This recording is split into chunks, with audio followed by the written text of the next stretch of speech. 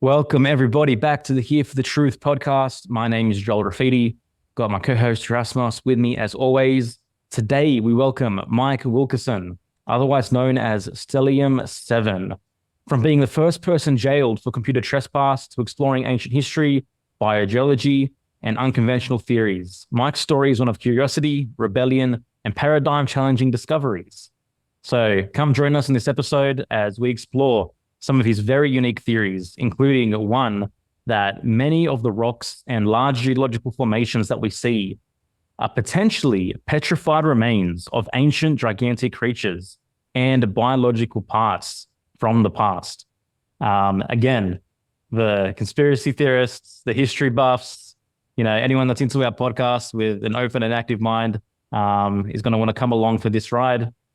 Erasmus and I, we're Switzerland. We're kind of neutral here. We're still getting our feet wet, understanding which is which, but we're here for the truth, here for the conversations.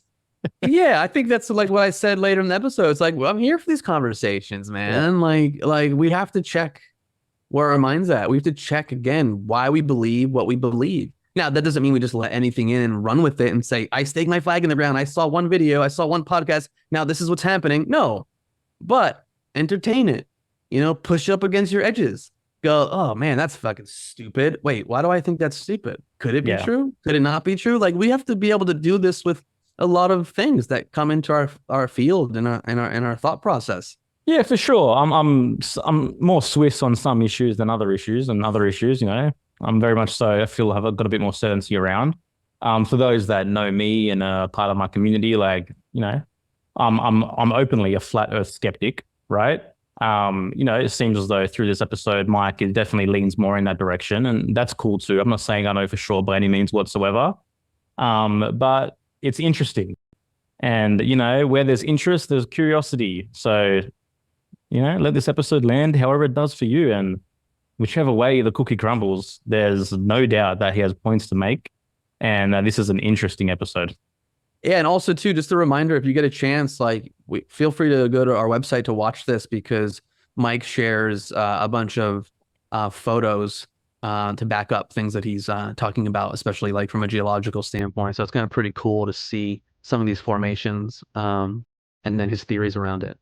You are now listening to the Here for the Truth podcast, hosted by Joel Graffiti and Yerasimos.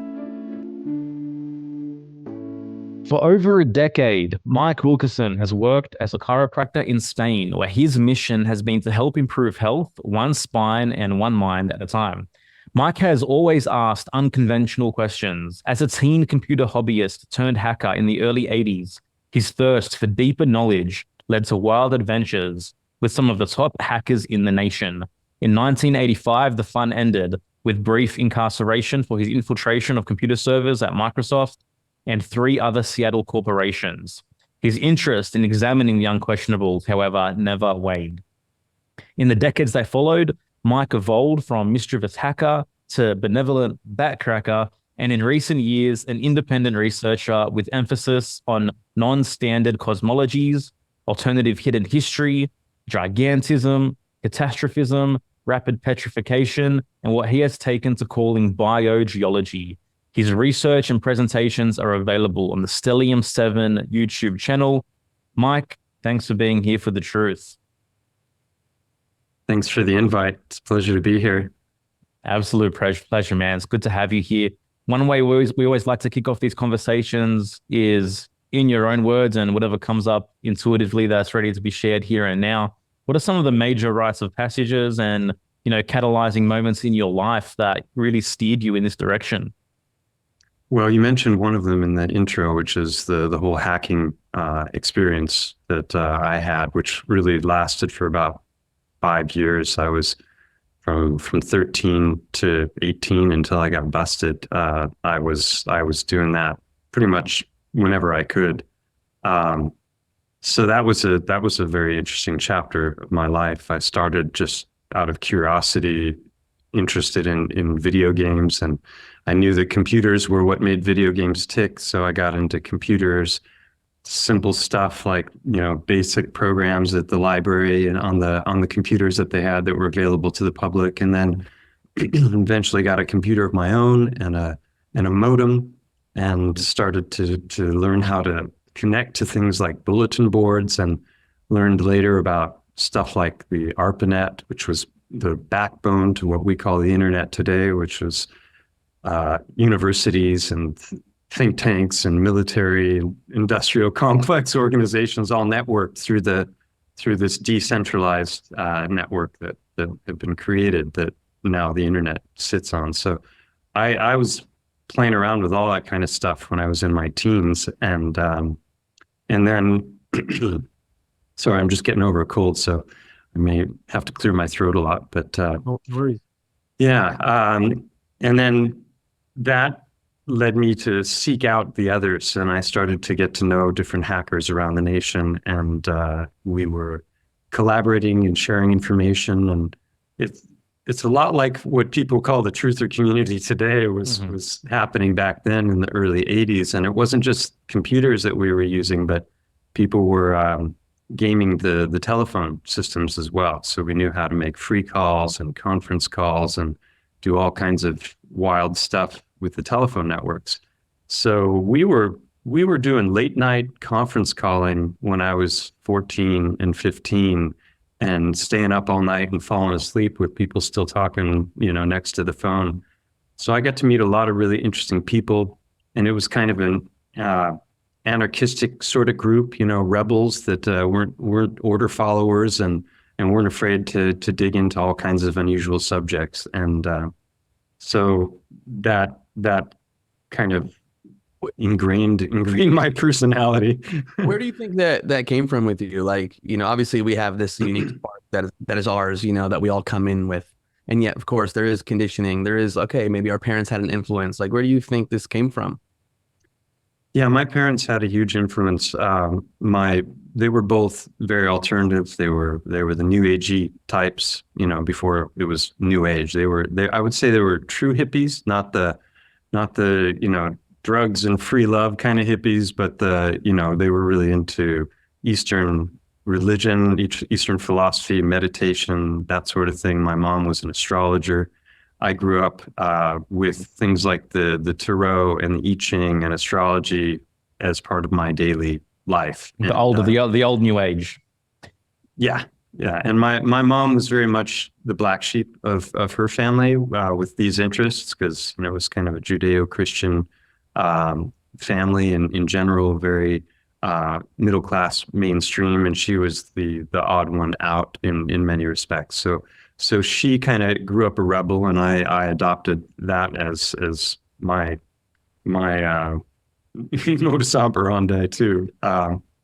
And my father was out of the picture from a pretty early age when they were separated by the time I was 1, and he was never really in the picture except for just some weekends on occasion. And later in life, I developed a friendship with him, but he was also a very unusual guy, an artist, into all of those other things that I just mentioned.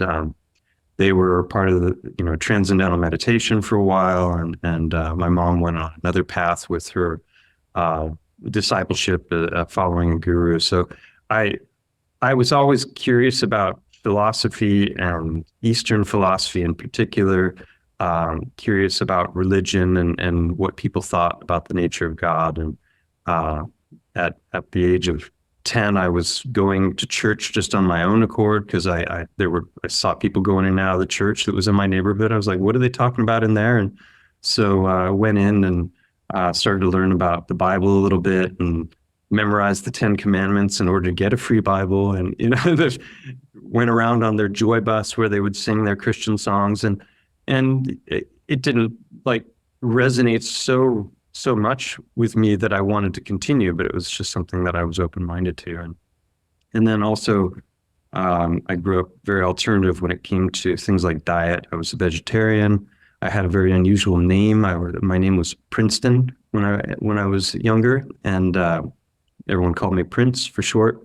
And so when I entered into grade school, we moved. I grew up in Southern California. I lived very, very briefly in Topanga, and then also around the Malibu area, Hawthorne. You know, my parents were both from Gardena. They went to high school there, and they bounced all around the valley. And my first 5 years, we lived in a ton of different places. But eventually, we moved to Ojai, and I grew up in Ojai. But at 7 years old, coming into a new town, the new kid, I was the smallest kid in the school. I was a vegetarian. I had long hair. I had a weird name that was really easy to mock because everyone just called me Princess because of the long hair. So before long, I'd cut my hair off and change my name. And I picked a name that I liked the sound of that was one of the most common names I could think of that I thought no one will be able to make fun of that. I was wrong. I found ways. And then, yeah, so that's kind of how it began for me as far as my rebelliousness. And then in junior high school, I ran into some trouble, got on the wrong side of a kid who spread some rumors about me that really spread like wildfire. And next thing I knew, I was basically everyone's kicking posts, and I became a target for the next 3 years of my life, basically. And that was definitely a rite of passage to have to go through that at that age, especially based on completely false pretenses. Like I was accused of being gay, and that I had been caught masturbating in one of the bathrooms in the metal shop, which is a complete lie. At that point, I as an only child, and I didn't have any older siblings. I didn't even have friends that were older than me. Most of my friends were younger than me in the neighborhood. So I had no idea that I didn't even know what masturbation was. So that was how I found out, because people were like all of a sudden, you know, making these gestures and calling me names. And I'm like, I didn't even know what happened. It was literally like from one day to the next, my whole life changed. So when computers came around, I lost myself in sport. I played a lot of tennis. I played soccer for 7 years, and I love the team sports. And then also, you know, tennis, just because I could, you know, do my own thing. And then what was that? Forgot where I was going with that, but yeah. And then the computers, that was my respite. You know, I spent a lot of time in my room learning how they worked, telecommunications, and then eventually I had a whole social world like we do now with the internet. You can have friends all over the world who you never even meet in person. That was my life. The difference was I started meeting them in person. I was flying around the country, and we were having these hack cons, which are these little, you know, not conventions really. It was just a bunch of guys getting together in a house somewhere and talking about computers and playing video games. But those literally morphed into what became DEF CON.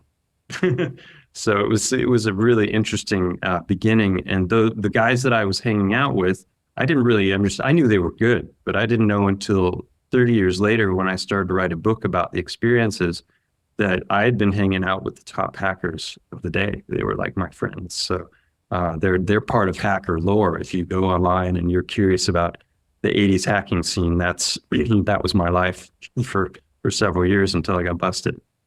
I remember when I was younger, I loved the movie Hackers. I don't know how truthful that was or sensationalized, but We love to mock it because they made some real glaring mistakes with the tech in that movie, but we also loved it, and we loved that it kind of brought it to the forefront of mainstream consciousness. Obviously, along with that came a major backlash, which was the Computer Fraud and Crime Act of 1986, which made it a real hardcore crime. And I was basically the test case for not that law, because that was passed the year after I was busted. A lot of people are like, when they hear my story, they're like, was War Games based on you? You know, because I even kind of, you know, looked like him a little bit when I was younger. But I was actually involved in hacking for a couple of years before that movie came out. So is it true that you were definitely identified with it?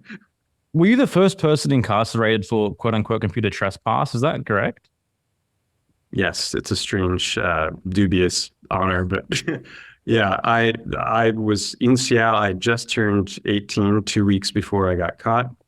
And there was a new law on the books. Only one other person had been prosecuted under the law, and it made it a felony offense for computer crime if they could prove that it was in the first degree, which means premeditated with intent to defraud. They weren't able to prove that with me, and I didn't end up with felony offenses. They were just gross misdemeanors. But I had the good fortune, sarcastically, of having my prosecuting attorney, who was assigned to the case, was one of the two people who penned that law. So he had a vested interest in not just a conviction, but also jail time. He pushed really hard for that. So I was a first-time offender. I was young. I did some stuff that was sketchy, and there was some theft involved and stuff, not computer related, but other things that I go into in detail in the book. But I wasn't a malicious hacker in any way, and I wasn't stealing information from any of the companies, and they weren't able to find anything or to try and hit me with that. So they focused entirely on the computer stuff because they wanted to send a message to the outer world, like, hey, don't do this. You're going to get in trouble if you do this. And so that was me. I was the test case, and I went to jail. And if you look on Wikipedia, you'll find me there.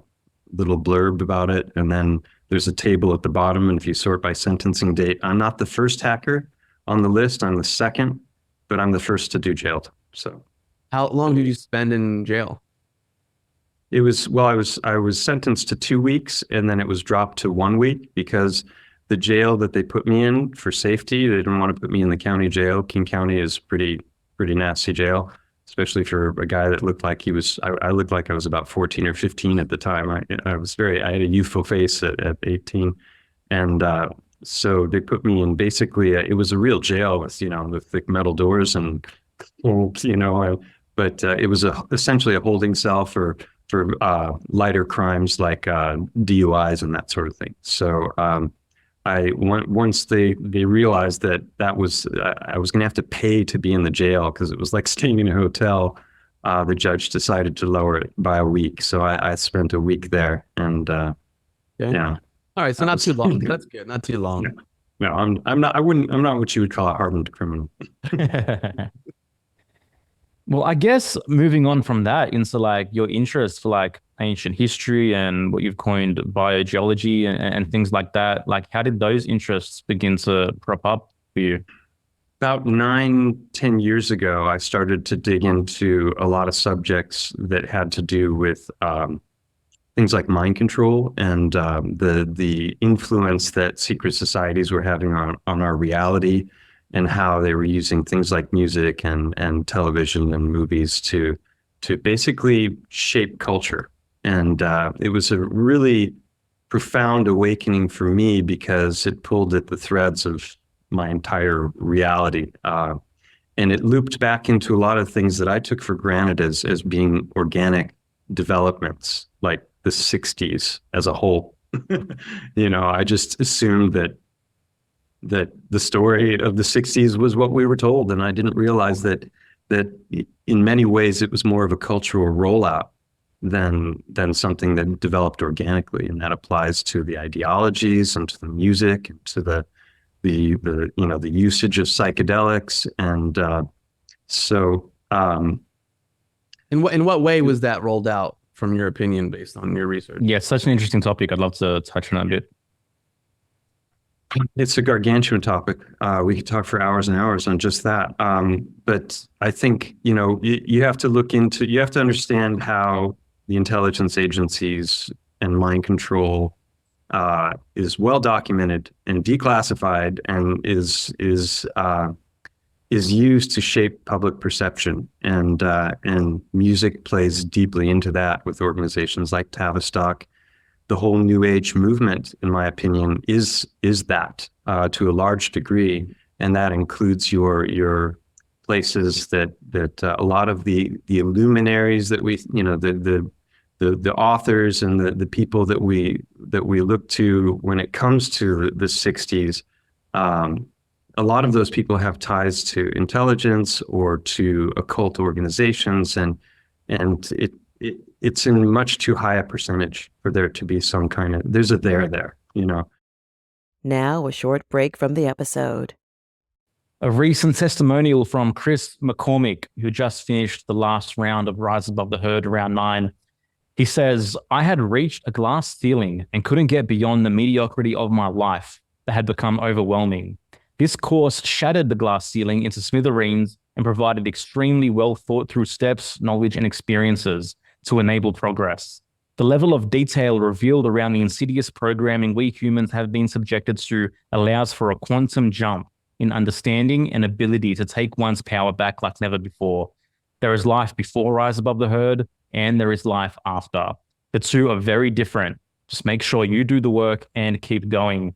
Thank you so much, Chris, for that incredible feedback. We absolutely love having you inside Rise Above the Herd and getting to know you and witness your evolution. From July 3, the doors to Rise Above the Herd round 10, which now is officially a 10-week program.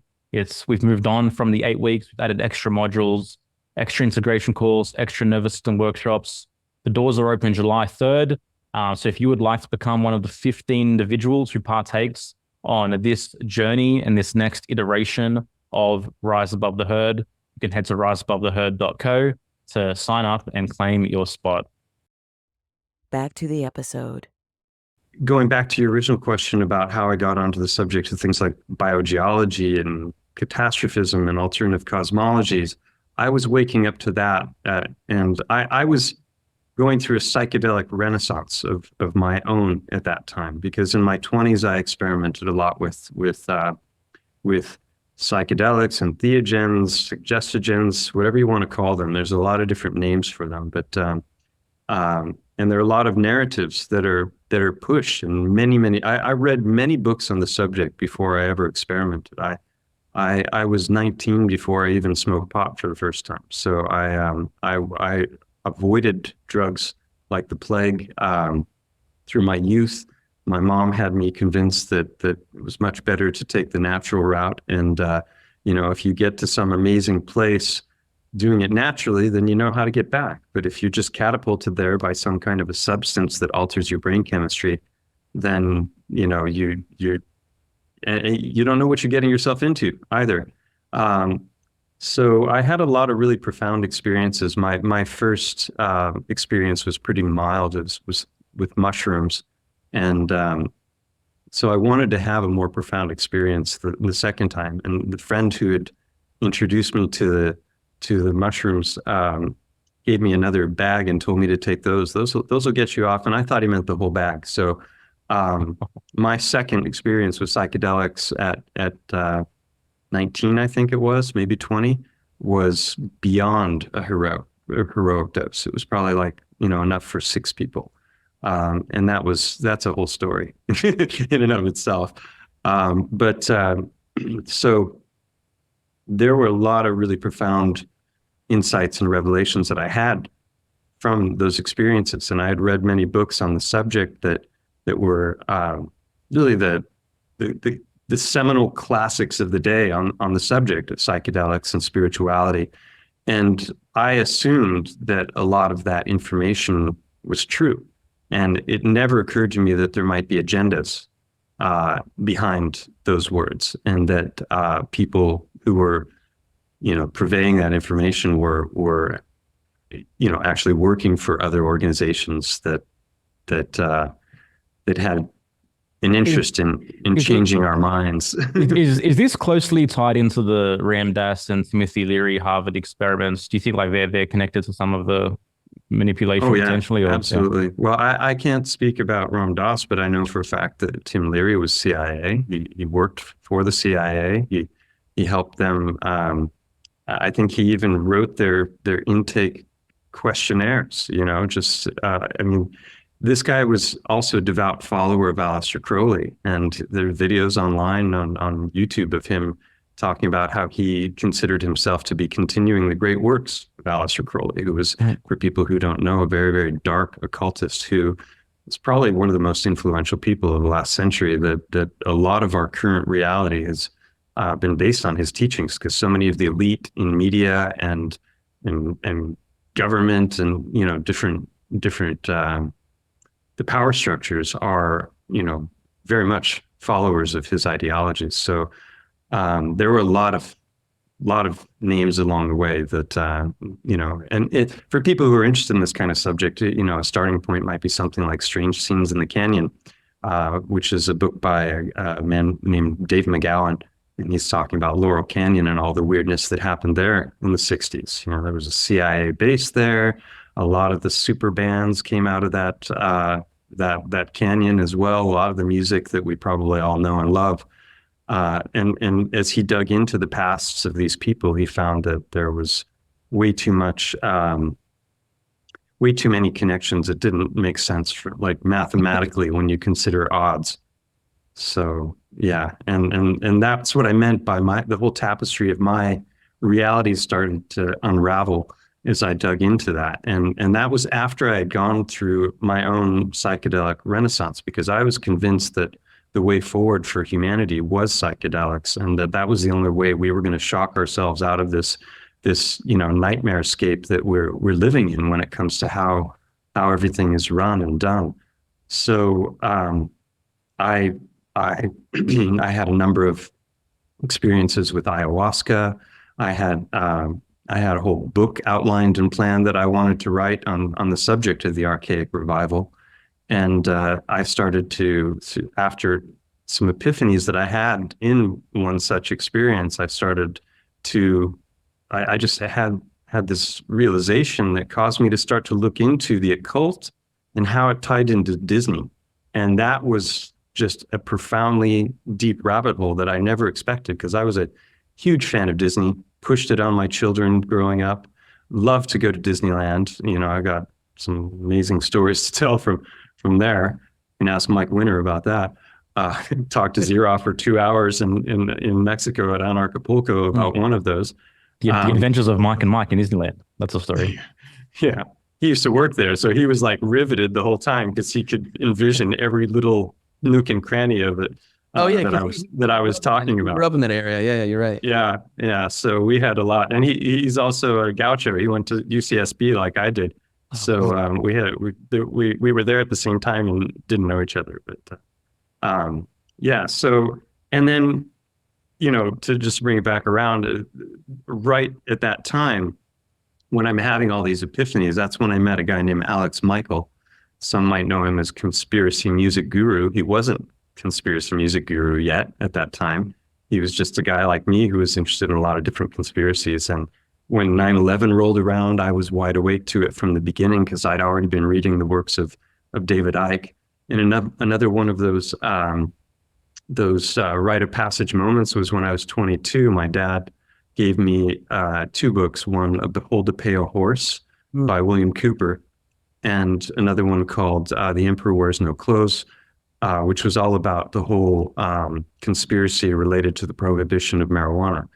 And a lot of people still refer to Behold the Pale Horse like it's like one of the Bibles of conspiracy investigation.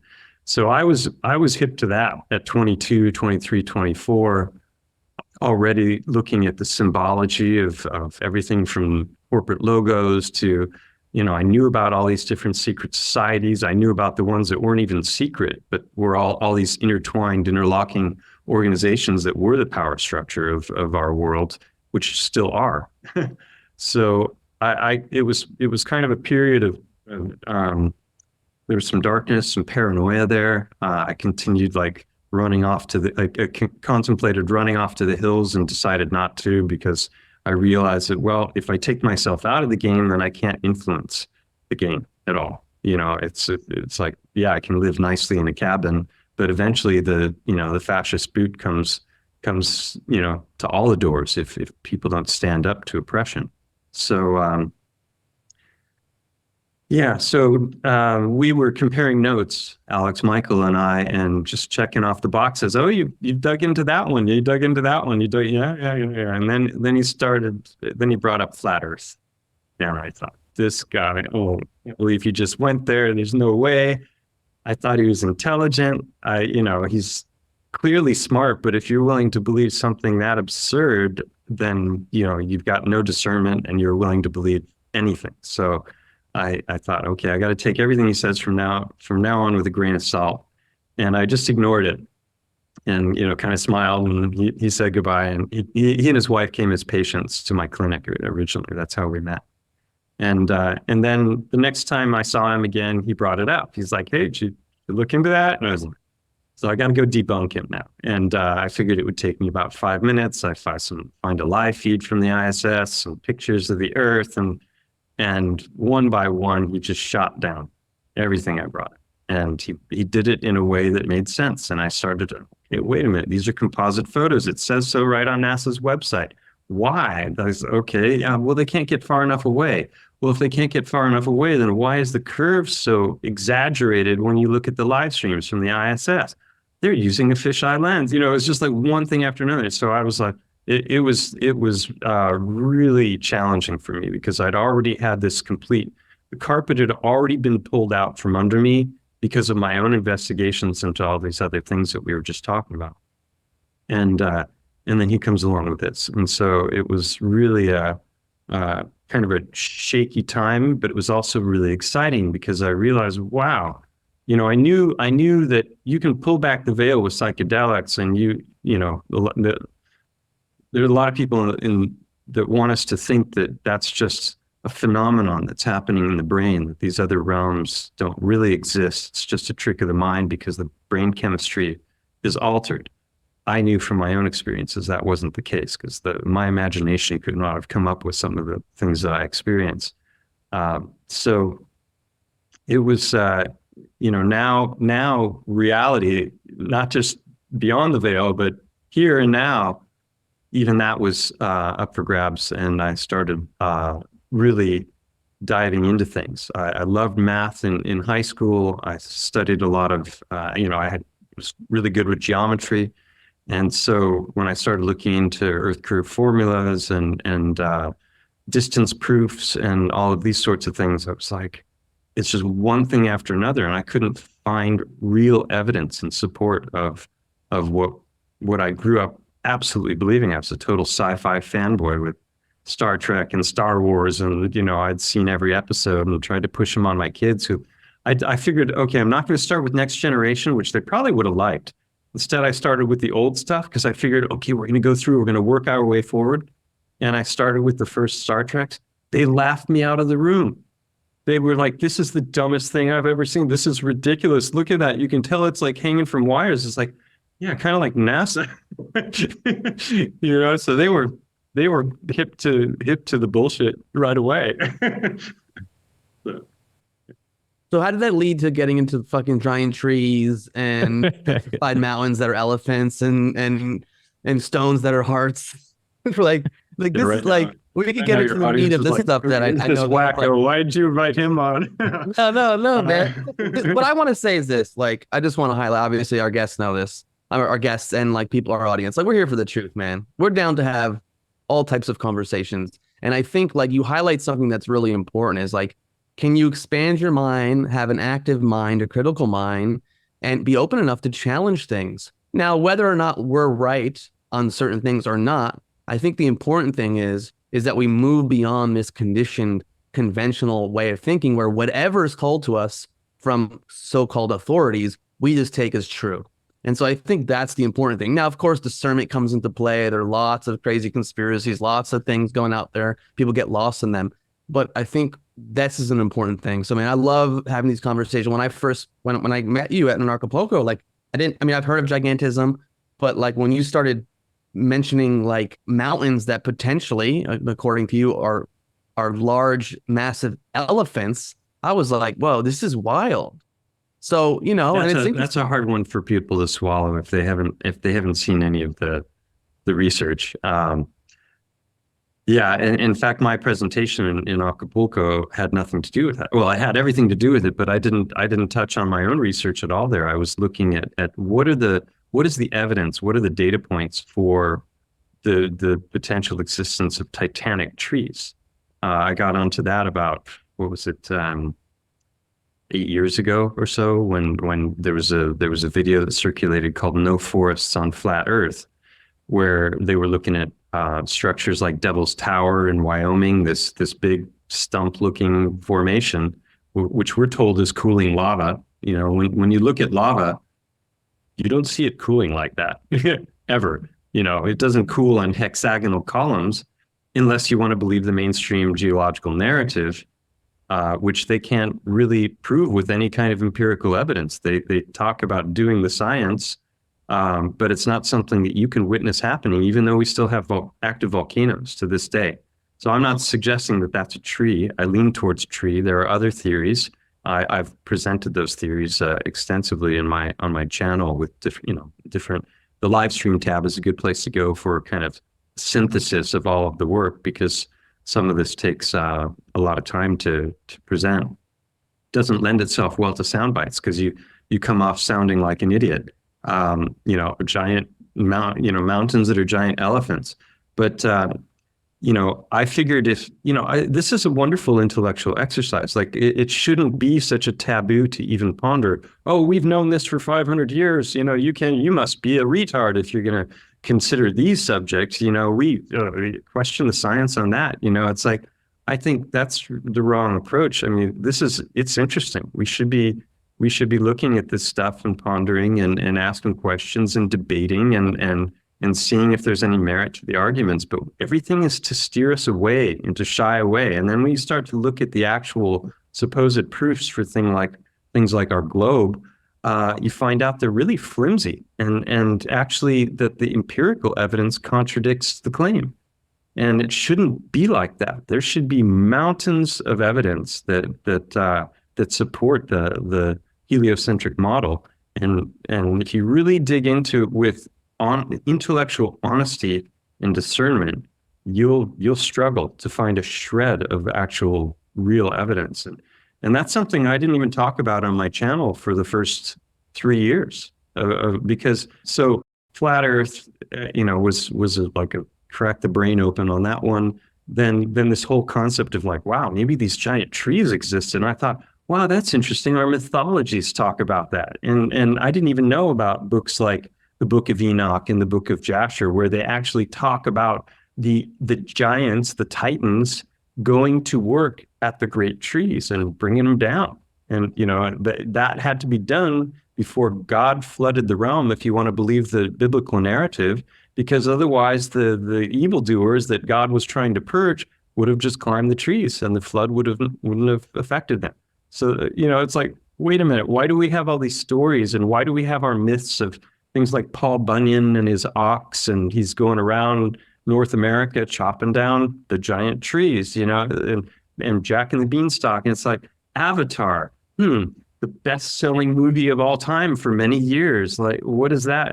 It's another planet. Safe to talk about it on another planet, but what was there? Gigantic trees, which an evil force from outside is coming to cut down so they can make use of the resources. So these are interesting ideas that we're told are mythology, are fantasy, and what if that's our real past? And if you start to open up to the possibility that the Earth isn't what we thought it is, then you should be open-minded enough to contemplate these other things as well. And for me, I didn't, jump headfirst into the subject and like, I'm a believer, I've heard all I need to know. Now, I thought I'm going to approach this very methodically from a scientific perspective, because I've got a background in higher education. I've got a bachelor's degree from the University of California, and I'm a chiropractor. So I went through 5 years of education for chiropractic.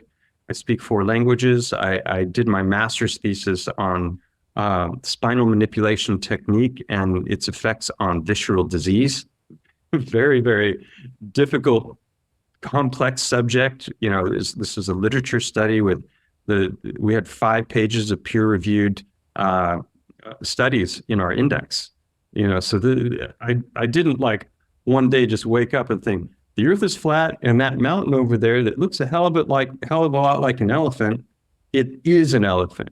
I'm like, well, once again, here's another interesting intellectual exercise. And so I've coined the term biogeology, but initially I was exposed to the work of a guy named Roger Spur and another one named Alan. They both have YouTube channels, and they were talking about mud fossils and nephorensics. And this is like the fallen angels, the Nephilim. And basically the idea that a lot of the stones that we see in the world, if not all of them, are, except for volcanic, because you can see volcanoes creating that kind of stone, are the remains of former beings of different sizes. Our size, small rodents and animals, all the way up to titanic beings. And so there was some videos that I saw from Roger Spur where he's talking about this giant dragon in the Sahara Desert, which is about 1,000 miles long, supposedly mentioned in some of the ancient Greek texts. You Greek, right? I can't remember which one of the Greek philosophers talked about this great battle between the Leviathan and the Behemoth that took place, guess where? Right in northern Africa, where Roger Spur is like on Google Earth and showing, look, there's the gullet, and you can see the spine, and there's the plumes of the serpent, and here it is attacking I can't remember which one's with, the Leviathan or the Behemoth, but like the dragon is attacking this giant fish.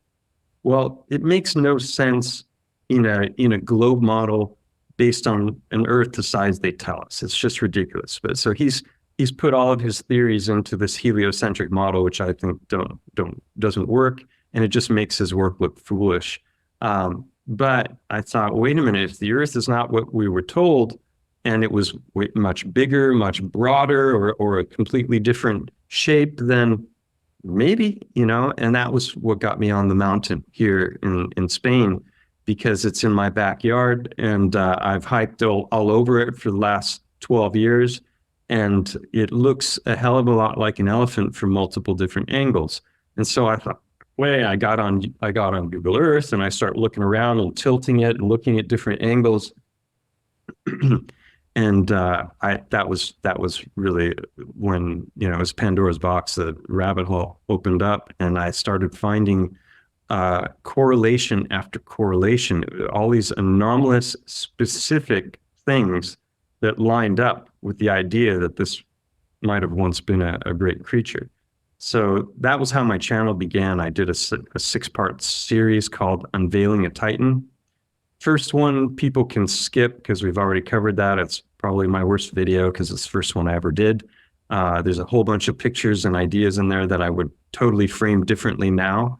But parts 2 through 6 are definitely worth watching. And if you think I'm just like a harebrained fool, then watch that series and comment in the comments after you've seen them and let me know what you think. Because truly honest people, intellectually honest, will give each idea its day in the sun. And if you just hand-wave dismiss something without actually investigating it, that's just proof of indoctrination. So that's how it began. Do you have images on hand of this elephant mountain that you could share briefly? Yeah.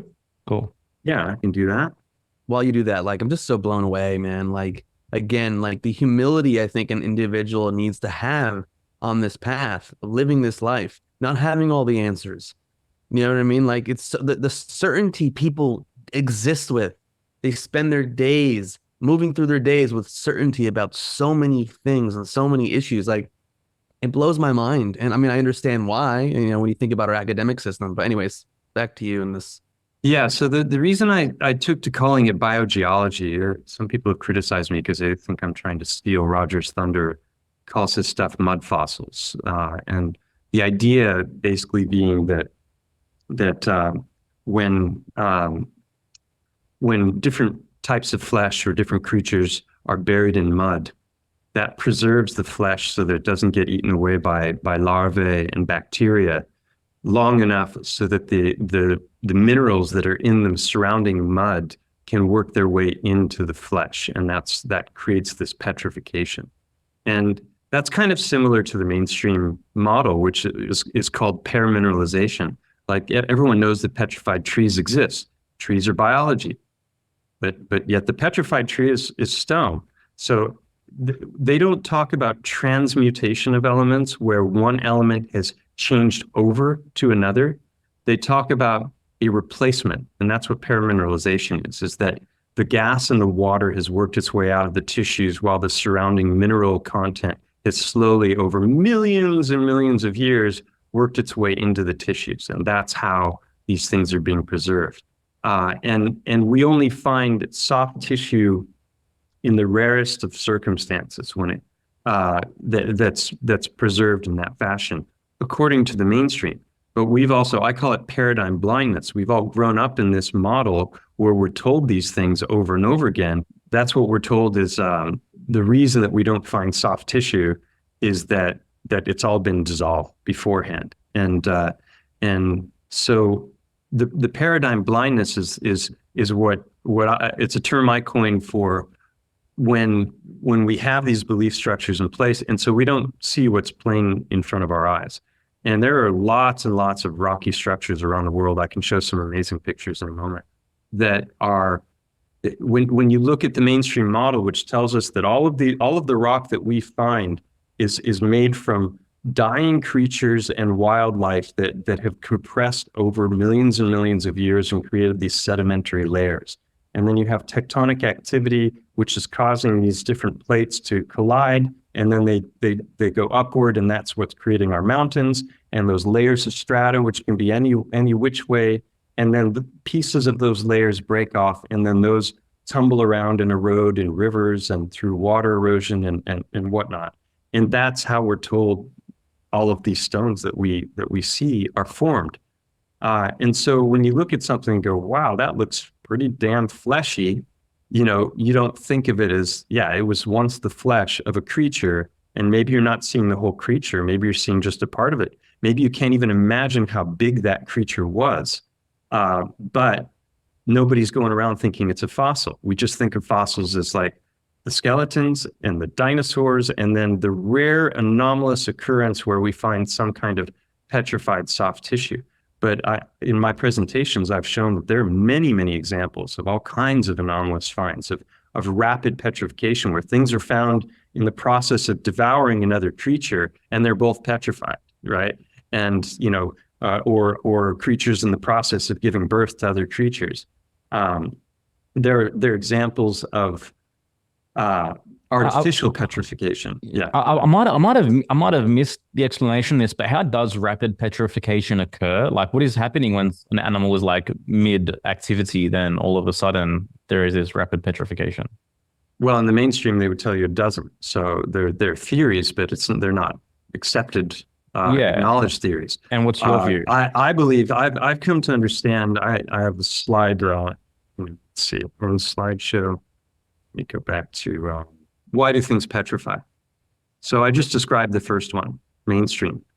But we also have examples of heat and freezing, high mineral content waters, which is, there's a cave called Mother Shipton's Cave in the UK where people go and they hang objects from ropes, and high mineral content water flows down and basically encases these different objects in a mineral layer, and that eventually works its way in, and those things become solid.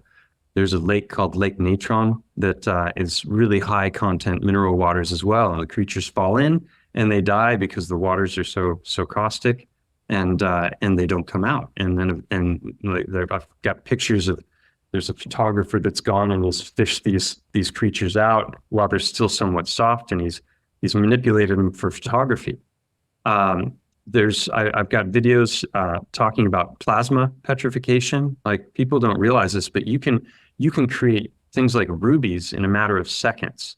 When we talk about the hardness scale, you've got diamond at the top of the hardness scale, and then just below that is ruby and sapphire, ruby and emerald, which are colored diamonds in my opinion. Basically these are things that we're told are forming over millions of years through compression of matter.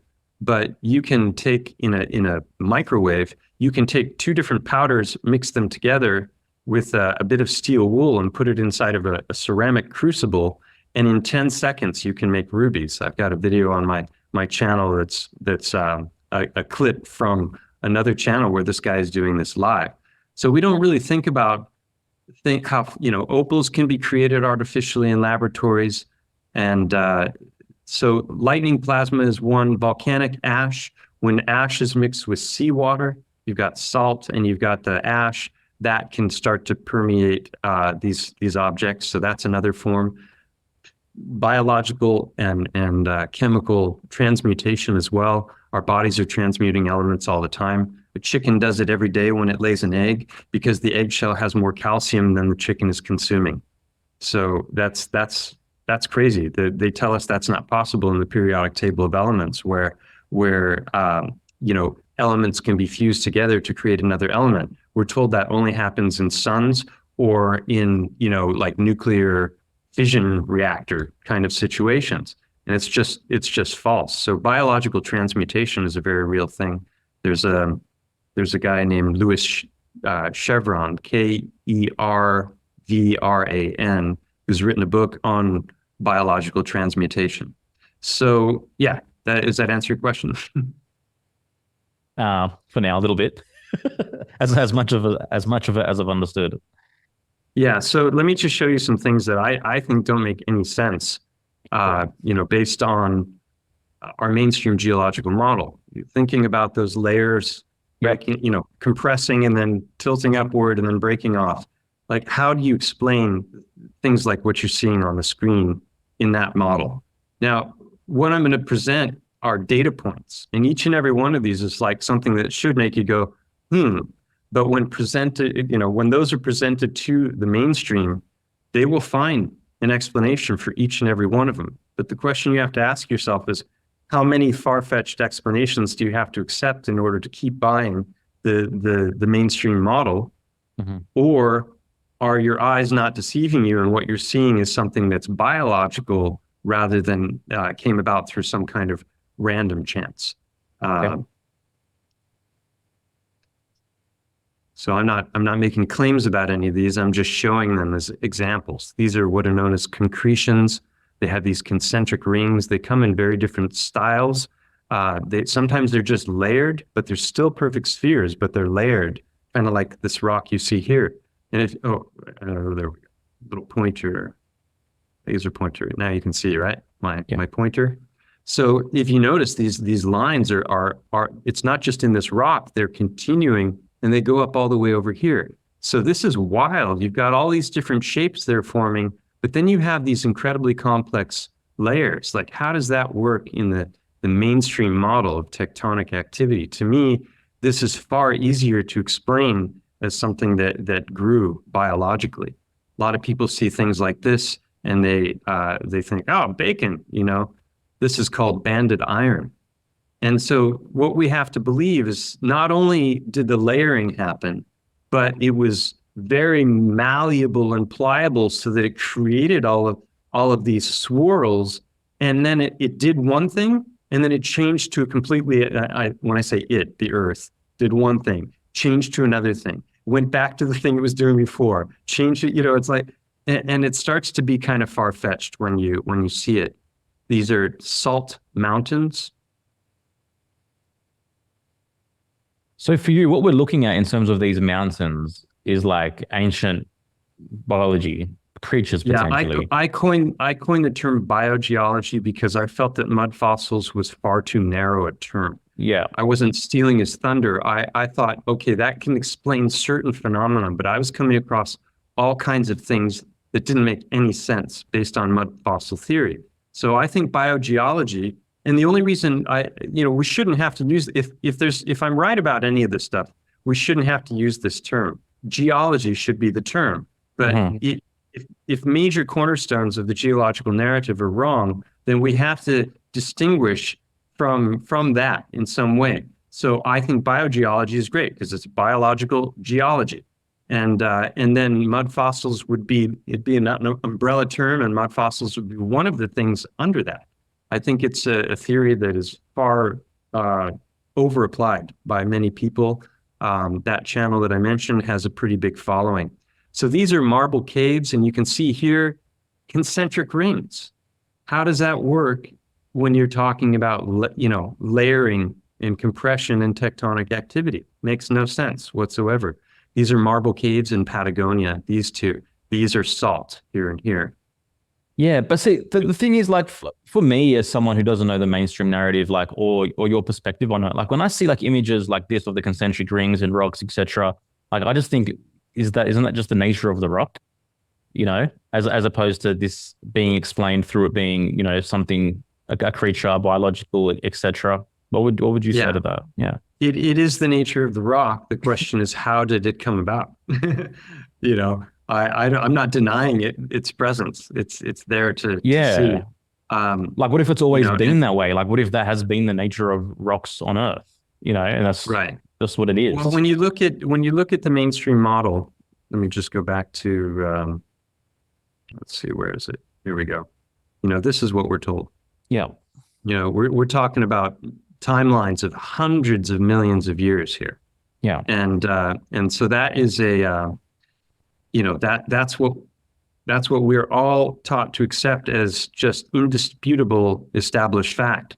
This is what I was talking about before, the rock cycle. So basically sedimentary rock becomes metamorphic rock because these layers become so heavy and the pressure becomes so great that this starts to melt.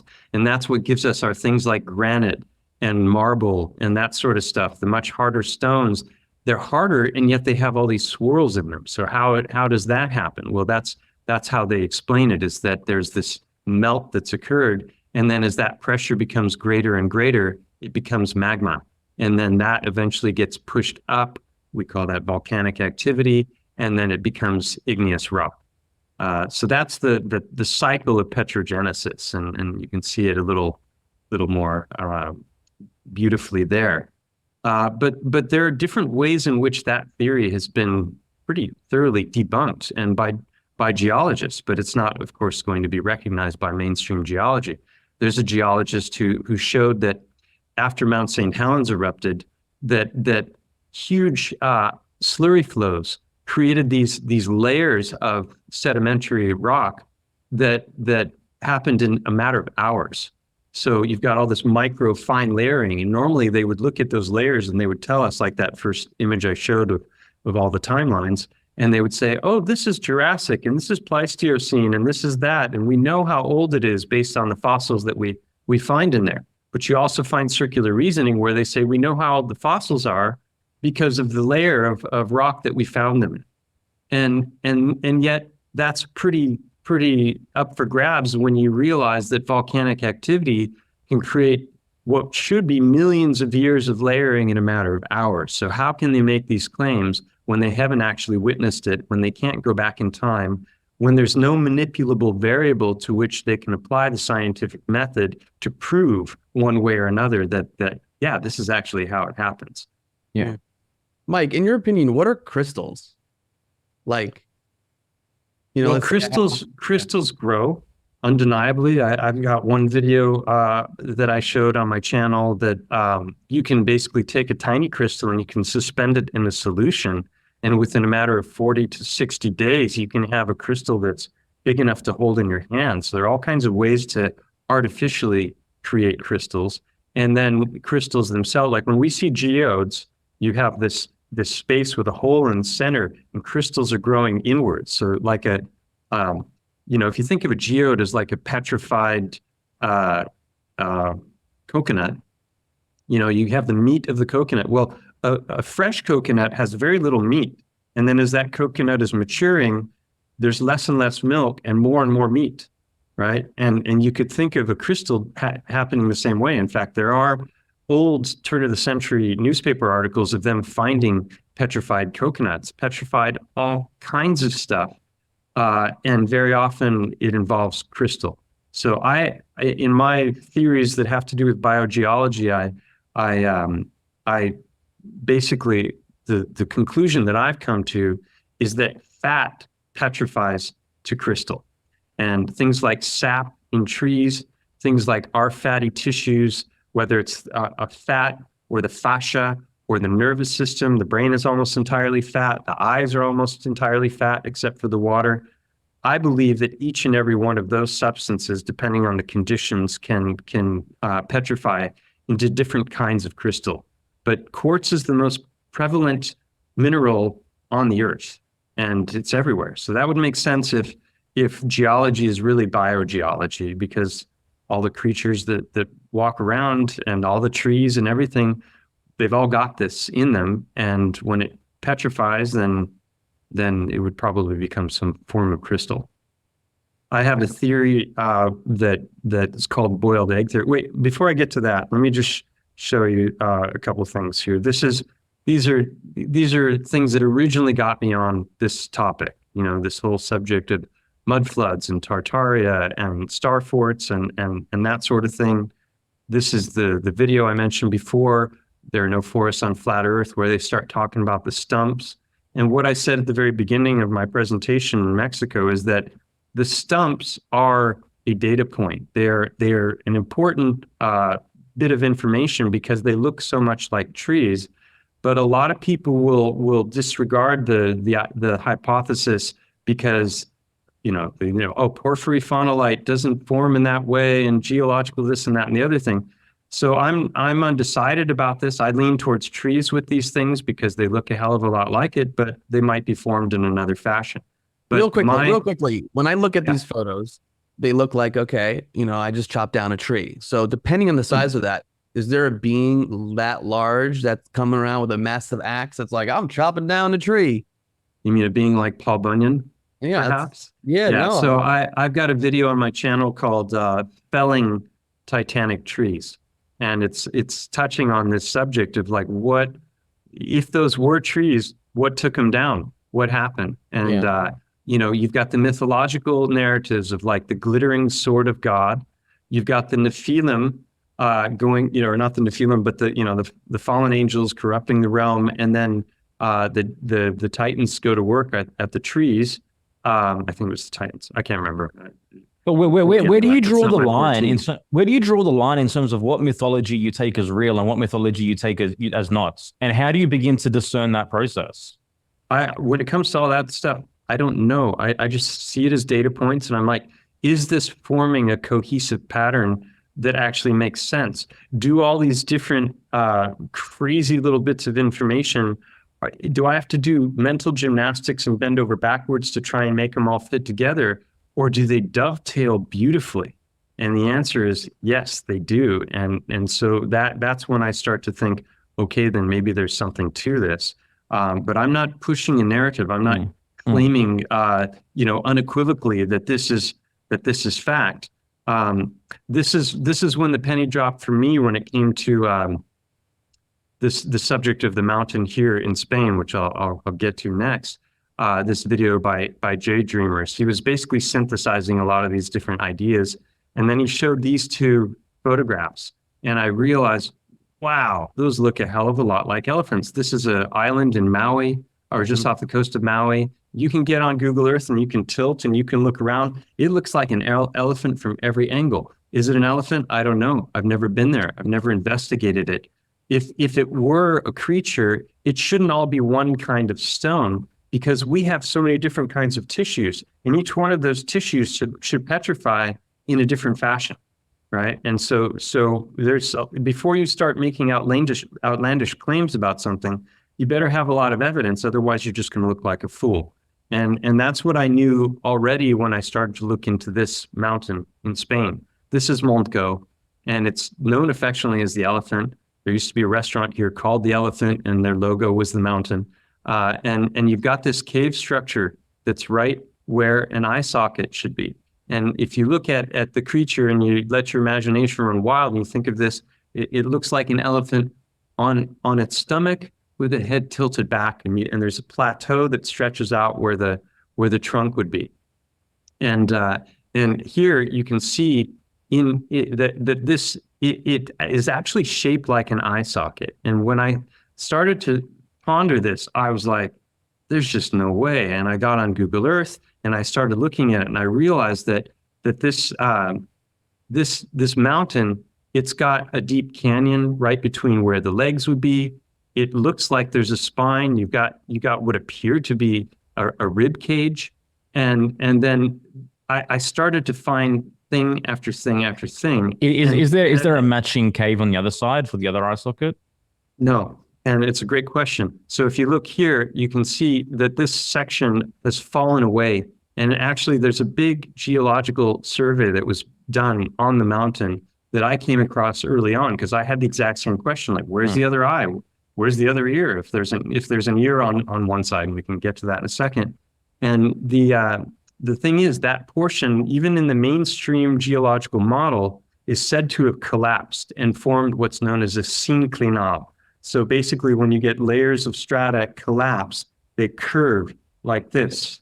And so they were talking about that, and I realized, okay, well, they're saying that whole section has collapsed. So some might say, oh, that's convenient. There's no second eye. It's, or just happened to collapse, or, that's what happened. And it's also interesting that we take the mainstream model to justify certain things, and we neglect, then we get rid of it for other things, which is also something that needs to come into the picture as well. Yeah. Yeah. Definitely. And here you can see the shape of the head. And then right here, there's a curve where the head would meet the neck, and then the neck would meet the shoulder. And that's on both sides. And it's just one more data point, right? So I started adding up, and that first night on Google Earth, after about an hour, I already had like 10 things that were lining up that actually matched with, with the idea, at least on a macro level, that this might actually be a creature. And I was like, 10 is a big number already. It shouldn't be that way. Yeah. And so I just want to say to those listening, if you feel called later, come back to our website and watch this episode, because these images are pretty profound to go along with what Mike is talking about. Yeah. Sorry, it is very visual because it's mostly audio, your listeners, right? Yeah, it's all good. Yeah. Okay. It's all good, man. Yeah. Yeah. So, a lot of people are presenting pictures like this. And my first thought with this, when I started seeing these things, is this is pareidolia. And pareidolia is when you see a pattern that doesn't actually exist. You can see it in clouds. You can see it in wood grain. Oh, there's a little face there in that knot, And so, yeah, these might actually be petrified pieces or creatures, pieces of creatures or creatures themselves. Or it might just be pareidolia, or some of them might be photo manipulation, and even more recently, AI. So you got to take everything you see with a grain of salt. And that's why work like what I've done on this subject is so important, because I have so much boots on the ground footage. I've literally gone into the caves and I've filmed them. I've taken microscopes to the stones. I've done so much beyond just be an armchair researcher that's looking at pictures and making claims about them. Like, a lot of people will see something like this and boom, game over. That's a Titan. There's the eye sockets. You can see it. But it might be, if you looked at that from a different angle, it would look completely different.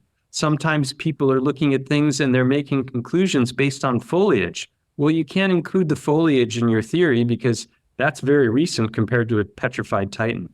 So, I took a step back because I knew that if you open your brain too much, your mind too much, your brain will fall out, right? And these were the problems that I saw early on with the research is pareidolia, which I just described, photos from one angle, foliage, AI manipulation, a lot of point and claim. They're just like, they see it and they're like, that's a bat. And it's like, yeah, maybe it is, maybe it isn't. Where's your evidence? And they have none. No on-site investigation. Histological analysis, that's an actual study of the tissues. So if there is any truth to what I was contemplating when it came to the mountain, like, okay, bone, what is the structure of bone? What do we know about bone? That's called histology, when you dig into the structure of bone. And that's what I started to do. And I started to look at that and go, does that compare with what I'm seeing on the ground here on the mountain and around the mountain? And it was just one thing after another. Just to give people an idea from a mathematical perspective, there are, with the mountain alone, there are over 50 different anatomical and histological features that I've documented. And I've documented all of those with photos and video. And that's a huge number. If you think about rolling the dice and games of chance, 50, like how many does it take before you open your mind to the possibility? Some people will never open their mind to the possibility, no matter how much information they're presented with. But again, I thought it was a fun intellectual exercise. So I took it further. I knew about the classic research pitfalls, which have to do with all of these things. Cherry picking is where it's like, oh, you're just picking out the things you want to pick out. Really? With 50 different, features where I'm showing with photographs and video, apophenia is like pareidolia, but this is the recognition of a pattern that doesn't exist. So it's like it's basically the same thing, but it's related to patterns. Dunning-Kruger, this is what I'm constantly accused of when it comes to geology, is you don't know shit about the subject. You're not a geologist. You don't have a background in it. All that's true. But I talked about paradigm blindness before. If you're a geologist, you don't know anything about anatomy, what are the odds that you would start to recognize the pattern and start to contemplate it when everything you've been taught tells you it's not possible, right? But people who know a little bit about something, they think they know everything, and that's what the Dunning-Kruger effect is that they don't realize that they don't really know what the heck they're talking about. A lot of people just no evidence for it. They just dismiss it. This is a stupid idea. And I won't go into these other things because they take too long to explain. But so my approach to it was very methodical analysis of aerial footage, looking at the correlations anatomically, microscopy. I did CAT scans on the heart stones, which if we have time, I'll go into at the end. Endoscopy as well, which is, getting in with cameras, going into the chambers of the stones. I went into the chambers of the mountain. There's the eye socket, and then you can crawl down this narrow passage and it opens up into a bigger chamber behind that, which is interesting because behind our eye socket and below, which is exactly where I went in the cave, are our sinuses. So you would expect there to be a cave there. There is a big cave. It's like one thing after another. So that was my approach. And then this is when I started to look at the anatomical correlations.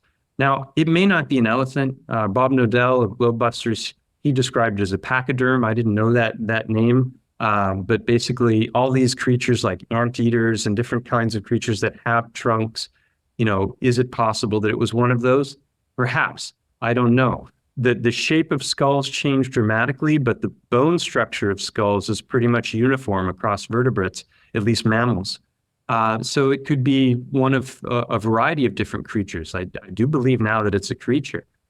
This hole right here, we have this as well, except for us, it's here. It's not here. It's called the infraorbital formation. Can you see me when I'm gesturing on the screen? I don't even know if I'm on the screen. Okay, yeah. All right. Yeah, so you can see here, we have it right here, this little hole, that's called the infraorbital foramen. Well, on elephants, it's over here. And if you tilt the head back, it would be in front of just like you see here, it would be pointing out. Well, guess what? There's the eye socket, and then there's another cave that's going exactly that direction. I'll show you what it looks like. It's right here in the next slide. So there's the hole I'm talking about. Here you can see it on Google Earth. And this is what it looks like looking through it.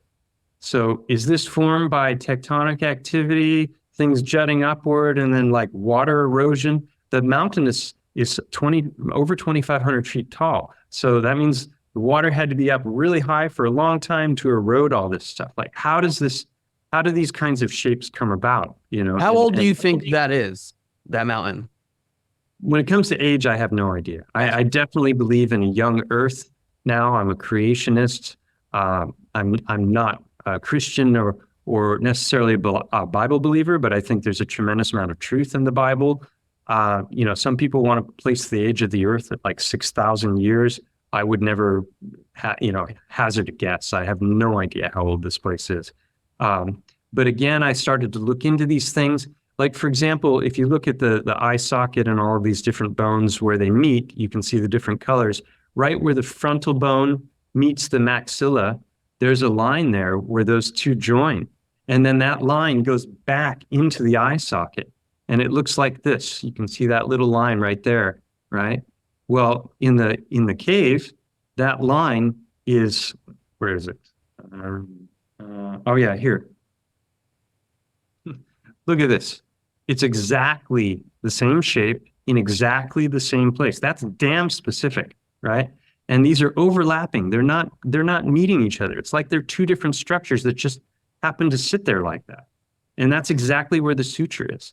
This I theorized early on was the remains of the eyeball. It's like a jutting, it comes upward, looks like a wave about to crash. So if you think of the eyeball as having petrified but also burst, what would remain would be the big, thicker, fatty portion of the back side, and it would be shaped like a wave. So this is the optic fissure in an elephant skull, and this is in the exact same place in the cave.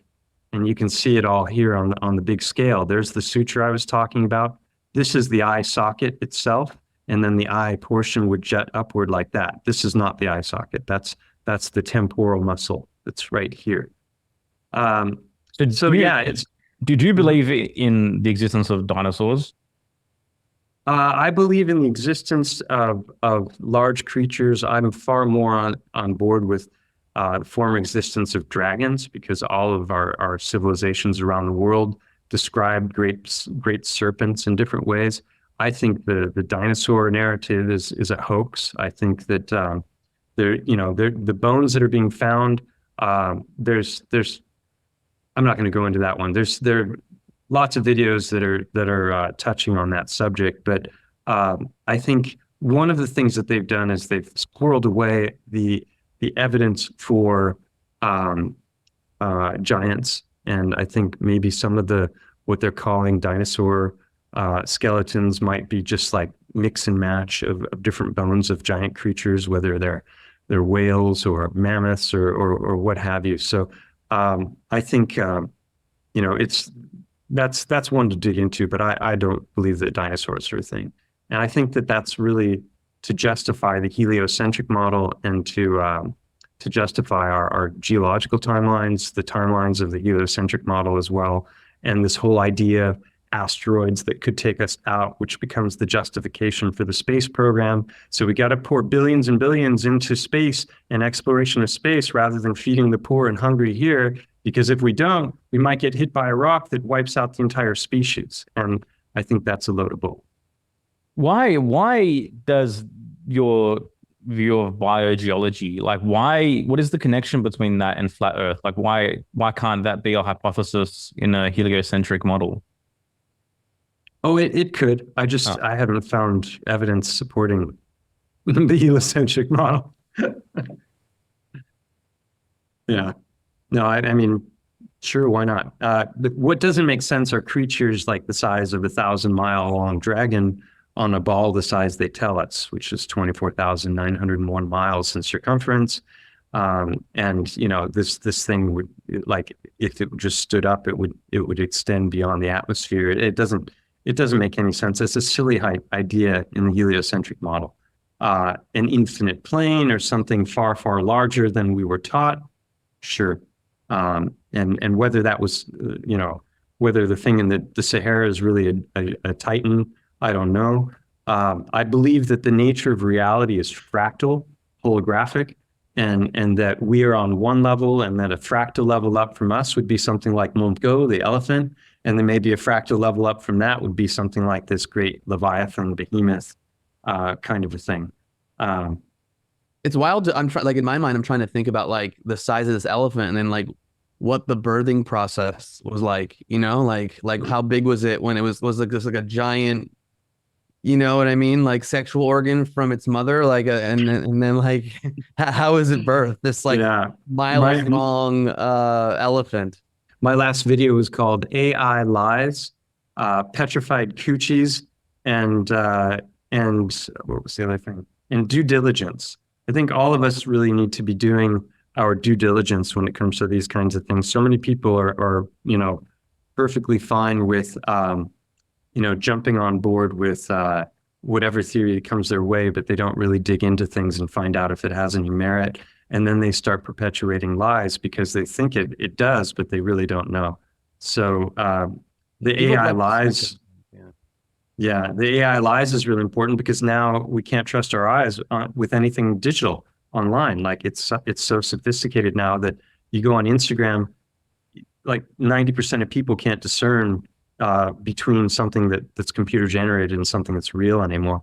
And if you put them in through the AI detectors, which most people will never do, you find vast variations of results, based on that. Am I still sharing screen, or is it? No, you're not sharing screen. No, we're talking. Do you see us? Yeah. Do you not see us? Yeah, I see you now. I just wasn't sure if people were staring at whatever I had on the screen. Oh, no.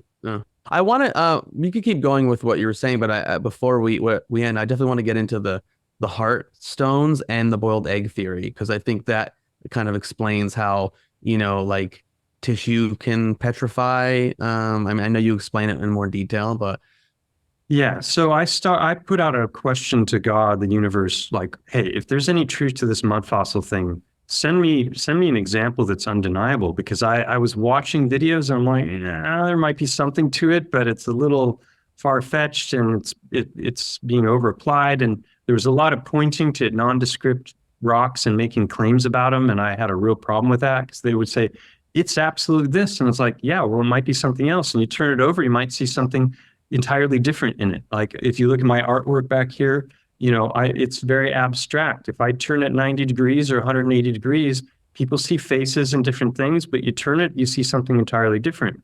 So, you've got to exercise discernment when it comes to these things, and understand how easy it is to be fooled. And so a few days later, I found this rock that was, I picked it up and I'm like, what in the heck? This looks like a heart. And the more I looked at it, the more I can show it here. The more I looked at it, the more I defined all kinds of anatomical features that were, there we go. This is the backside and this is the front side. So this stone is how it all began with the heart stones. I started, you can see this is called the isthmus. That's what's being pictured over here. This is the aorta and the vena cava. These are my theories. I'm not presenting this as indisputable fact, but the heart is in a fatty sac called the pericardium. This ties into the boiled egg theory. And so if this were indeed a petrified heart, I would expect the outside to be white. And then anywhere that outer portion of the stone had worn away, removing that fatty layer, then the inside would be fleshy. And that's exactly what you see. If you put this underwater, it looks like a hunk of meat. And right where it should be, there's this hole, which is where the coronary artery would come out.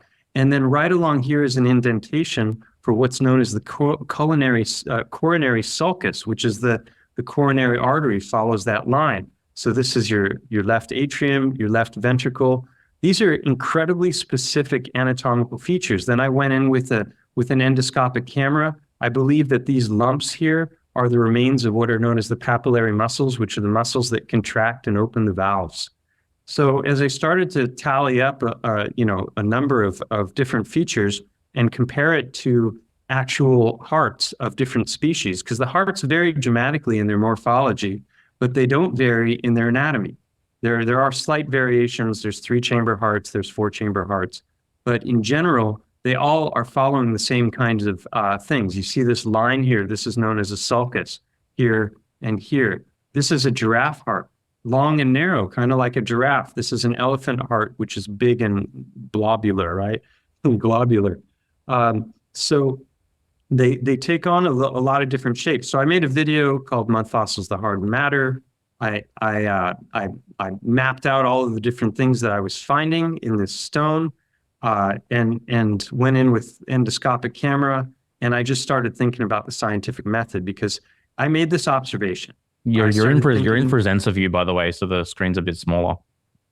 Oh, how do I change that? I wonder. Yeah, I'm not sure. So good. I don't even know. Sorry. All good. Right there. Is that better? No, it's still. Oh, yes, that's better. That's better. Yeah. Okay. Yeah. So, the scientific method, you make observations, you think of interesting questions, you formulate a hypothesis, and then you go out and you develop testable predictions, and you go out and try and see if those match your expectations. And that's exactly what I did. I thought, is this a petrified heart? If it is, it shouldn't be standalone. I should be able to find others. And I hadn't yet formulated a hypothesis about the how, which I call boiled egg theory. But I did go out and I started to look for more. So I went out into the field and I started to find a whole bunch of stones that match these same kinds of features.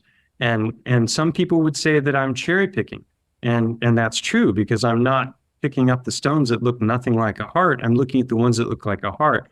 But the question is, are there a lot of anatomical features that are very specific? And that's when I started to recognize that there is a reoccurring pattern in stones that shouldn't be there if what they're telling us about tectonic activity and stones breaking off into different pieces and then rolling around and getting beaten up is true. And this is a very, very specific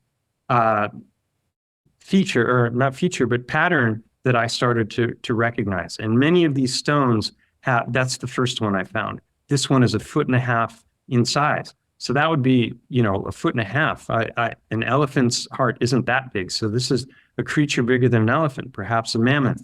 But I'm finding them like tiny little ones. So rodents, humans, cows, all of these creatures have different size hearts, but I'm finding this same pattern, in a very specific fashion across scale. I went into the field, I started breaking them up and looking at the insides, and a lot of them are very meaty inside. I went and had them CAT scanned and found that, you've got these chambers inside here. I'm going with an endoscopic camera. And all that bumpiness, you would expect if that was water erosion, all these bumps here, you would think that would erode away. But that is identical to what's known as trabecular carne, which is what the inside of the heart looks like. You have this bumpy quality to the heart. So back out into the field, sliced them open, polished them, and when I polished them up, here's an example of. So I started to recognize that there's these telltale key features that are highly specific. And you've got the sulcus lines. You have at the top this indentation or opening where the aorta and the vena cava would have been, which are the biggest blood vessels in the body. The twisting of the heart as the heart contracts. I'll show a little 1-minute video in a moment that really shows why these things are occurring in the stones, if I'm correct about this theory. But I still didn't understand, and a lot of people have probably already asked themselves, why, if this is true, why would the hearts be found intact, completely separate from the body? Mm-hmm. I was asking that same question early on, even with the very first one I found. Like, what the heck? Here you can see when you wet them, a lot of it will just start to become very fleshy. That one you can see has a fracture in it, and look how dark it is on the inside, but it's lighter on the outside. Some would say that's because it's oxidized, or maybe it's because there's a pericardium, which is the fatty layer that surrounds the body. The fatty layer of the pericardium is the thickest of the layers that cover the organs, and it's also flexible and expansive. So this gets into boiled egg theory. My understanding early on was, if this is true and these are organs, then the outer portion of the body had to have been destroyed in order for this to be true. How it was destroyed, I don't know. Plasma, volcanic activity, extremely high heat. There were things I didn't know anything about at that point, like bog bodies, which I might have time to talk about. But basically, my theory was this. If you think of a boiled egg, you start with a shell, you start with liquid inside, you boil it for 6 to 10 minutes, and you have varying degrees of hardness. If you boil it too much, the shell cracks and it gets really hard and you don't want to eat it. Well, if that shell had been flexible and didn't crack and you kept boiling it, or better yet, you put it under pressure in a crock pot, which speeds up the cooking time and it makes the heat more intense, then how hard would that egg get?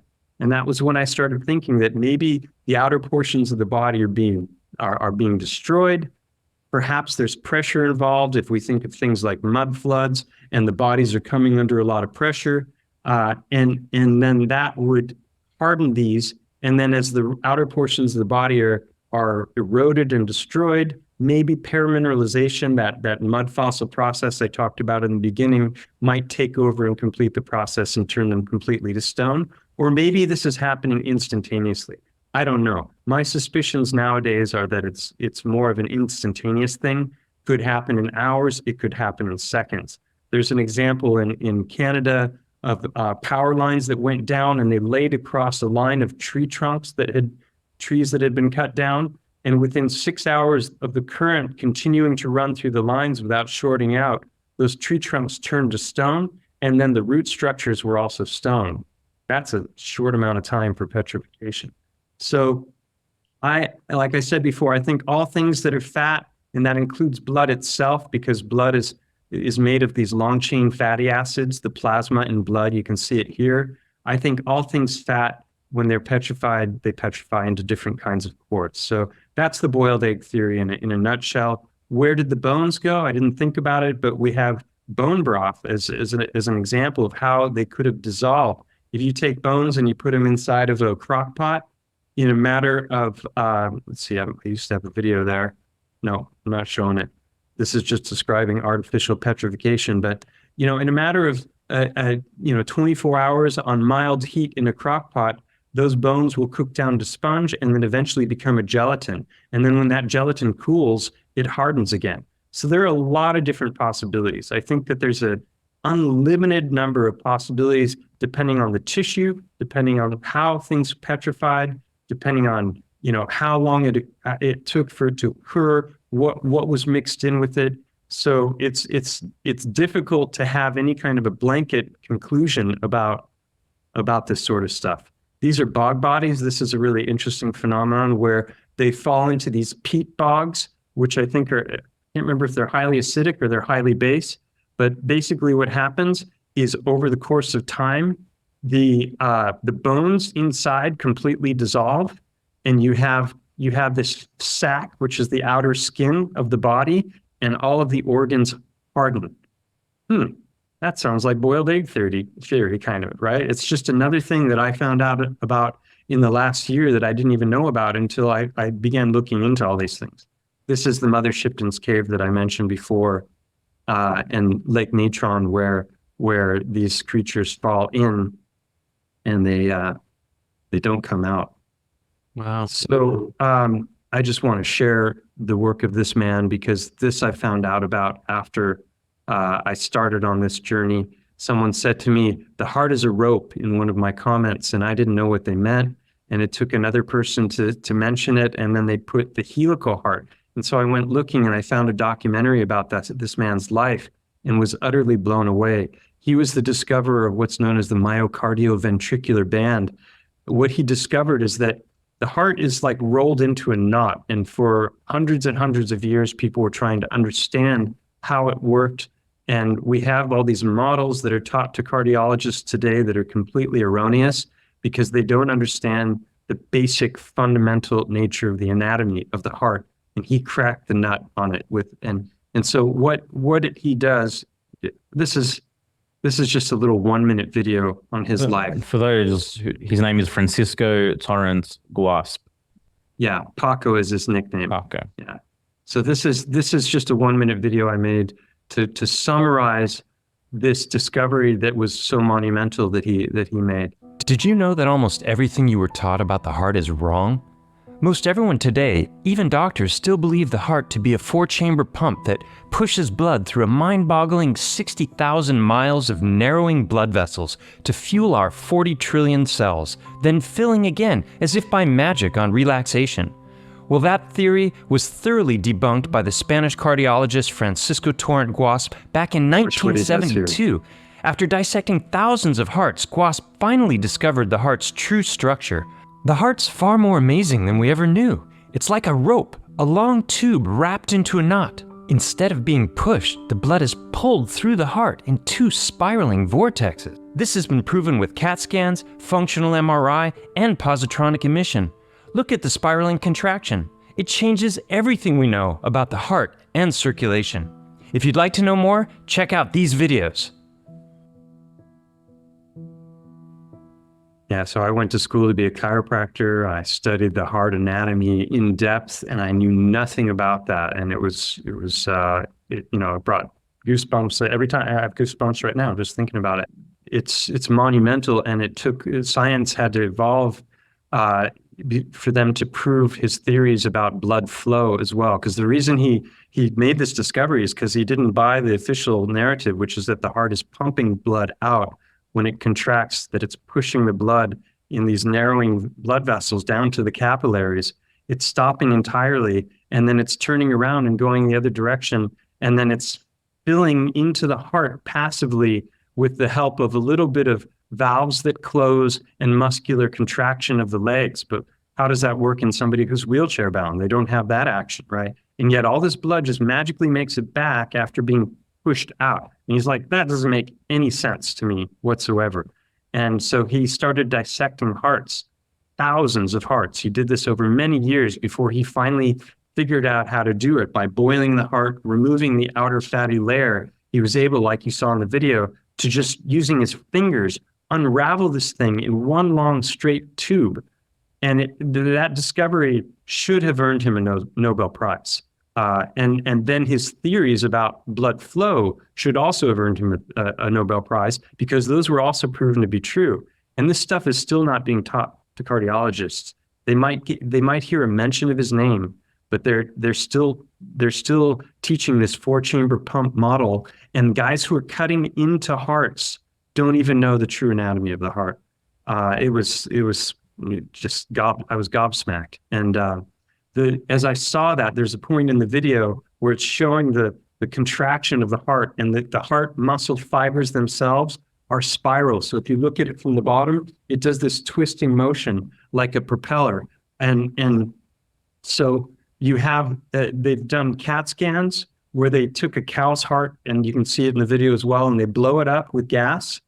And they're doing CAT scans, which are basically like these sliver X-rays as they're expanding it, and then as it contracts. And you can see that the heart muscle itself has these dual rotating opposite spiraling vortex in the heart muscle. And that's also how the blood is flowing. And they were able to prove that the blood was doing that through positronic emission, that's the upper portion in that video, where they're basically, I think it's radioactive stuff that they put into the bloodstream, and then they're able to watch the movement of the fluids. So that it's been proven unequivocally, but it's still like most people have. I mean, all of us grew up learning about the heart. How many of us grew up learning about that? Yeah, none. And it's been known for like 30 years. Yeah. And there's been so many crazy synchronistic events that have accompanied my exploration into all of these topics. And one of the biggest synchronicities of all was after I learned about this, and I was watching that documentary on his life, and I got to the end of the documentary, I saw that he lived and worked his whole career in a place called Denia, Spain. And Denia is at the foothill of Montgo. Wow. So this man literally lived on the mountain that I had already been making videos about before I discovered this heartstone, and started making videos about those before I knew anything. He lived and worked his whole career on the foothills of Montgo. Like, what are the odds of something like that? It's just like, It's wild. Those little nods and winks from the universe when things come together like that, and the different ways that information comes to you, then that recognition that it's all happening in the same place, like stuff like that is, yeah. Yeah. I've done entire videos. There's one video I did, it's a live stream called Synchronicity Stream. And I just tell the stories of the crazy synchronicities that have happened through these investigations. It's been a reoccurring theme, and I've shared that story each step of the way, because for me, this was just a fun intellectual exercise. I didn't have an agenda. I wasn't trying to capitalize on it. People are like, well, where do we send people, for your stuff? It's like, I just have a YouTube channel, which originally wasn't even monetized for the first couple of years. The only reason I monetized it was because Google was about to change their algorithms, and they specifically said in their what do you call it, not bylaws, their terms and conditions, that they were going to be emphasizing content that was financially lucrative for them. And I thought, oh, that's a very clever way for them to basically steer people away from truth or content, especially if it's not monetized. Well, we're not going to make any money on that. So why are we going to put that in people's feeds? So that was why I originally started to monetize it. And people are like, oh yeah, you're out there trying to make money. I'm like, I've averaged less than $1 an hour for my time spent on this since I've been doing it. I do have a book that'll eventually be out, but that's 35 years in the making. Who knows? Hopefully I'll get to it this year. You don't need to justify receiving value for your hard work, your effort, your research at all, man. Thank you. I'm just letting people know that it's like, there is no, I have had some donations along the way, that's a huge blind spot and shadow side of the quote unquote truth community is when it comes to, their relationship, when it comes to money and value, for sure. Prosperity. Yeah, that's right. Yeah. You support what you love or it goes away. You know, it's like, why do people, where do they get the stupid idea that people should just be pouring their lifeblood and heart and soul into content that they're consuming and that they shouldn't be rewarded in some way for it? It's like, it's the ultimate poverty consciousness. Yeah, and to me, like, you know, communism isn't something that's gone away. It's a perfect vessel to continue to run psyops and keep people under certain illusions, which keeps them from arm's length from potential and prosperity, and really, you know, being alive in the miracle of what it means to be a human being. Yeah. Yeah. And I think it's just so important to go with where your imagination takes you and tell these stories, because, you know, you bring up this guy Paco. I don't know his full name, but I just remember Paco. And it's like, these are like, in a lot of ways, forgotten heroes, you know, and how many of those exist. You know, when I think about the people that I've come across, you know, some of the research I've come across, I'm like, I've never even heard of this guy, you know. And then you have people who kind of like take other people's ideas and pawn them off as their own, and they don't give credit to like the source material, you know. I mean, I even think I have, sorry to interrupt. No, it's all right. No, I was going to say, you know, you mentioned earlier, like, you know, you went to school, you know, we study these things and we never hear about these people, you know. Like, for me, as someone who's like a novice student of even Dr. Hammer's work in German New Medicine, I go like, man, his discovery of the 5 biological laws like 30 to 40 years ago. And yet, you know, how many people know about this stuff, or at least are curious enough to explore it? So, you know, this is what I love about technology. This is what I love about like individuals who want to go down these rabbit holes and explore them and express them. And I think people should be able to receive value for the blood, sweat, and tears they put into this stuff, man. Yeah, totally. If it wasn't for my open-mindedness to some crazy idea like flat Earth, I would never have come across the works of Victor Schauberger, Walter Russell, Viktor Grebennikov. You know, there are all of these luminaries that are from our past, that gave volumes and volumes of incredible information that was dismissed as pseudoscience in favor of pseudoscience. And being able to accommodate for the contradictions along the path, because I mean, in Walter Russell's cosmology, that really doesn't lead one to a flat Earth path either, right? But there's value in how you've got in there. Yeah, it's definitely couched in the heliocentric model. I suspect if he were alive today, he might have, you know, been flat earther. Ultimately, I'm not a flat earther. I think it's a false dichotomy. I think it's there to get people arguing amongst each other. You're a globetard, you're a flat-tard. It's like, no, it's flat. No, it's, you know, no. I think the truth of our realm is far beyond what we're capable of really understanding, and we can't get outside of it. So nobody really knows the true shape of it. And I think ultimately it's probably something akin to what we're seeing in the heart with the vortexual nature of the heart, because that comes back to sonoluminescence, plasma physics, cymatics. All of these different things dovetail perfectly with each other, and they shouldn't if they were just, you know, crazy ideas. And so I lean towards the toroid. I think that's the master shape. I think it explains so much, if not everything, of what we experience here in the realm and what we're perceiving empirically when we do our different, you know, experiments and observations. And, you know, that basically is the synthesis of the globe model and the flat Earth model. And interesting, it also matches perfectly with the ancient cosmological models that all of the different societies around the world gave us. So, the thing is to stay curious and to stay open and to check yourself when self-righteousness, arrogance, and this need for certainty, and to present that certainty to the world. You know what I mean? It's like, you know, speak your mind, speak your beliefs, and then sometimes, hey, but I'm not 100% sure on this. That's very different than like, this is the shape of the Earth. You know, like, you know, it's just, again, this is where like, how do we communicate? You know, how do we foster this curiosity and then communicate that in a way where people go, oh, that's interesting. You know what I mean? Yeah. And I think that's what's missing a lot. I think from what the community. I hate even using that word, but I would say like individuals that like question certain aspects of the world, about reality, that like the status quo, whatever that is. You know, that's much more concise. Good work. Yeah. You know, community, truther, all of these are loaded, charged words that You know, it's like, it's not really a community. There's so much infighting, so many people calling each other out. And you know, truther implies that we're the arbiters of truth. We've awakened and you're asleep. And it's like, it's a never ending awakening process. And also you gotta check yourself before you wreck yourself. That's what I'm saying, man. What up? Each side, you think the, like, whatever, the other side that maybe certain people judge, you think they're sitting there and going, well, I'm part of the liar community. You know what I mean? They're like thinking they're like, if they were even familiar with the term truther, they're like, I'm a truther. You know, Biden's a great president. He's one of the best presidents we've had in a long time. Yeah. I'm speaking truth.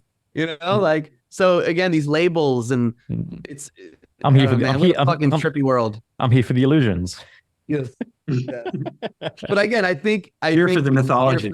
Being here for the truth is to be able to hold the tension of opposites, is to be able to be curious about the different sides, of knowing the argument of the person that you're challenging, and vice versa, you know, and being able to sit there and communicate it without resorting to ad hominem attacks, you know, and insults and complete dismissal, you know. And this is why I think, like, you know, the real work is inner work, man. The real truth is exploring internally and taking care of yourself and regulating your nervous system and building the capacity to have dialogue with individuals, even when you feel that discomfort coming up of like, oh no, I'm right, they're wrong, but then being able to still handle it and function.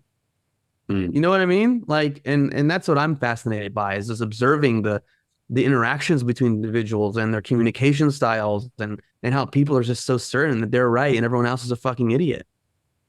You know? Yeah, polarity has been weaponized against us. You know, when I was a kid, you know, people prided themselves on the, like, I'm a Christian, but I've got friends who are Muslims, Muslims, you know, I'm saying that that's something that someone else would have been proud of, their ability to, like, we don't have the same faith or religion, but we can be friends and we can discuss things together without getting triggered. And it's like, that's a lost art. Like, I feel like an old fogey now, because you know, like, it's anything but that nowadays. It's like, it's all about pitting us against each other. Well, even that's where, you know, understanding power structures and divide and conquer strategies and all that stuff is super important. Well, even just, you know, these last 90 plus minutes, man, just hearing you share your knowledge. You're not like, my name's Mike Wilkerson, Stellium 7, and I'm right and everyone's wrong. Like, you propose some really interesting things, but then there's also that, like, hey, you know, like, I don't know everything. You know, these are my observations based on my research and the data points I've taken in. And ultimately, like, for anyone listening, if you're curious about this stuff, like, you know, go follow him on YouTube and explore this stuff even more. And then maybe go out into your environment. And you live by a mountain, go there and maybe look for some heartstones and go, whoa, this looks like exactly like the thing that Mike showed on Here for the Truth podcast. Like, stay curious, you know, don't accept anything. I've had so many people send me them from around the world. Yeah. Who've done exactly that. And sometimes the photos they've sent me, I'm like, wow, that's an amazing one. That's, you know, the ones I get here are often, they're very white. They've been affected by the elements and you know, but sometimes they look like they're practically still dripping with blood. You know, it's wild. Yeah. Anyways, man, thank you so much. I know we can talk for hours on all sorts of topics. Well, we're going to do that soon, right? You and I, anyway. Are you going to be there as well, Joel, in Music and Sky? Yeah, man. Awesome. I'll be there. I'm performing my unreleased album, and I'll be hosting a live podcast. Oh, you're a musician. Yeah. Cool. I'll be hosting a live podcast with Yerasimos and Alec as well.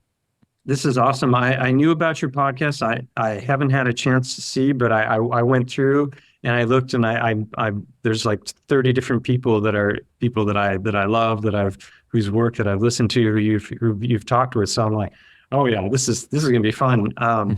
But I don't really know much about either one of you. So no worries, man. Know each other better in California soon. Sure.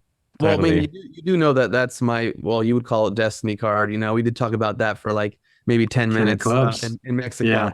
But real quickly, I know, like, we've mentioned it, but like, how could people support you? How could people like dive into your work even more? I think you have. Well, as far as support goes, normally I don't ask for any support, but I am doing this trip that's going to involve music and sky, and then after that, I'm going to Colorado to stay with a guy named Hangman. His channel is Hangman1128. If you want like undeniable proof of the existence of the great trees, this guy's got it in HD and 4K on site with Zoom, showing you all kinds of different structures. And you just have to ask yourself over and over again, if that's not tree, how could that have come to be? Because it doesn't make any sense in the mainstream model. And it mirrors everything we know about trees and how they break down and how they decay and how they petrify in every single way on a scale that is beyond imagining. So I've been a fan of his work for a good 4 years or so. I've done many videos on the subject of the big trees. I never would have done that if it hadn't been for his work, because that was when I realized that, yeah, the stumps are one thing, but that's not the most compelling evidence. There are so many data points, and I didn't get to them in this conversation. These are, really to cover this, to do this topic justice takes 4 hours. But I'm going to be meeting with him in Colorado. We're going to go to South Dakota. We're going to go to some of these sites, hopefully Devil's Tower, because we're going to be right where our hotel is going to be about an hour from there. So I'd like to see that with my own eyes and walk around it and form an opinion based on firsthand experience. But that's going to be expensive. I'm missing a lot of work time. So if people do want to support me, I have a PayPal. It's my channel name at hotmail.com. I don't have any other products to sell or offer. The YouTube channel is where I would send people just to see the material. And, let me comment, because I've been algorithmed to death. I shot up to like 18,000 really quick.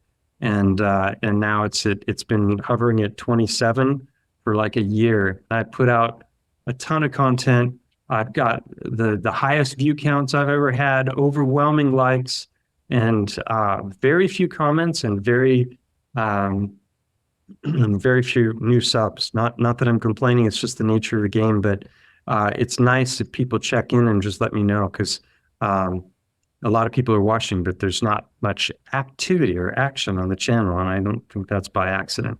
Cool. There's a video, the 5th Unveiling a Titan video, shows that they censored the mountain on Google Earth. I showed the before and afters. After I started making videos on the mountain, the eye and the ear got blocked. You can't see those clearly anymore. Wow. And I used all of that Google Earth footage. I would zoom in really slow from a distance so I could get it from all kinds of different angles. And I used that footage extensively in the first videos.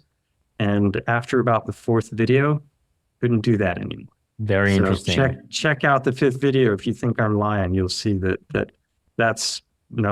looks like it was done by hand and doesn't look like an accident. So I call it Censorship. Mm. Cool, Mike, brother. thank you so much for hanging out. We'll put those links in the show notes. Appreciate you sharing your knowledge. Everyone else, thank you for listening, and we'll see you next time. Smoking mirrors, I'm seeing through the illusion. Waking up in a time they think you're in a delusion. Somebody set the alarms, cause they be too busy snoozing. I'm in a DeLorean. Fast forward and